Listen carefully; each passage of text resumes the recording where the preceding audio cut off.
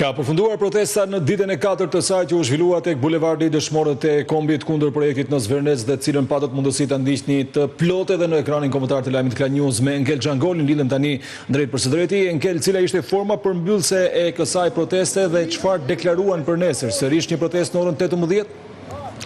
Kjo protestë u mbyll me thirrjen nesër më shumë. Pra që do të thotë do të ketë përsëri protestë, sigurisht do të jenë rrjete sociale ato të cilat le të themi të rinjt apo protestuesit ndajnë të detajet e tyre për orën që sigurisht deri tani ka qenë ora 18 dhe me siguri do të jetë përsëri ora 18 për të rigrupuar përsëri në ditën e vijim dhe ditën e nesërme.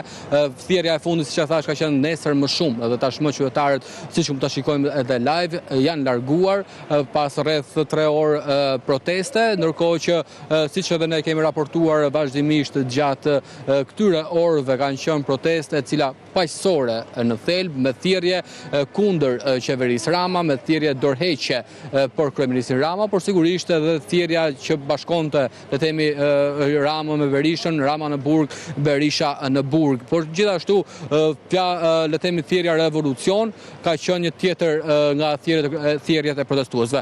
Ndërkohë shikojmë një grup të rinj të cilët pas protestës janë duke mbledhur të gjithë bidonët, pra duke u kujdesur edhe për ambientin, pra duke pastruar edhe mbeturinat të cilat mund të kenë ngelur nga protestuesit, duke mbledhur edhe bidonat që kanë patur protestuesit me ujë dhe plotësisht shikojmë në pamjet live qytetarë të ndryshëm, të rinj, por jo vetëm të rinj, në fakt janë rikthyer, pavarësisht u larguan protestuesit, një grup janë rikthyer për të mbledhur pikërisht edhe mbetjet që apo le të themi mbeturinat që kanë ngelur nga protesta.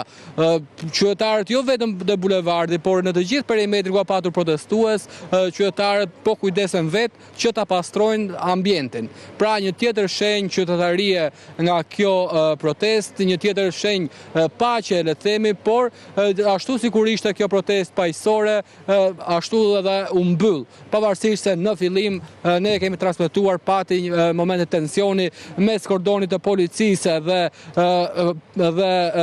protestuesve, pasi policia kishte krijuar një kordon sigurie për shkak të protokollit që ka policia në raste kur ka ndeshje, siç ishte ndeshja Shqipëri-Izrael dhe kjo bëri që të kishte një lloj incidenti, por gjithçka shkoi në mënyrë paqësore. Faleminderit Enkel për informacionet që na përcollën në këtë komunikim të drejtë për drejtë.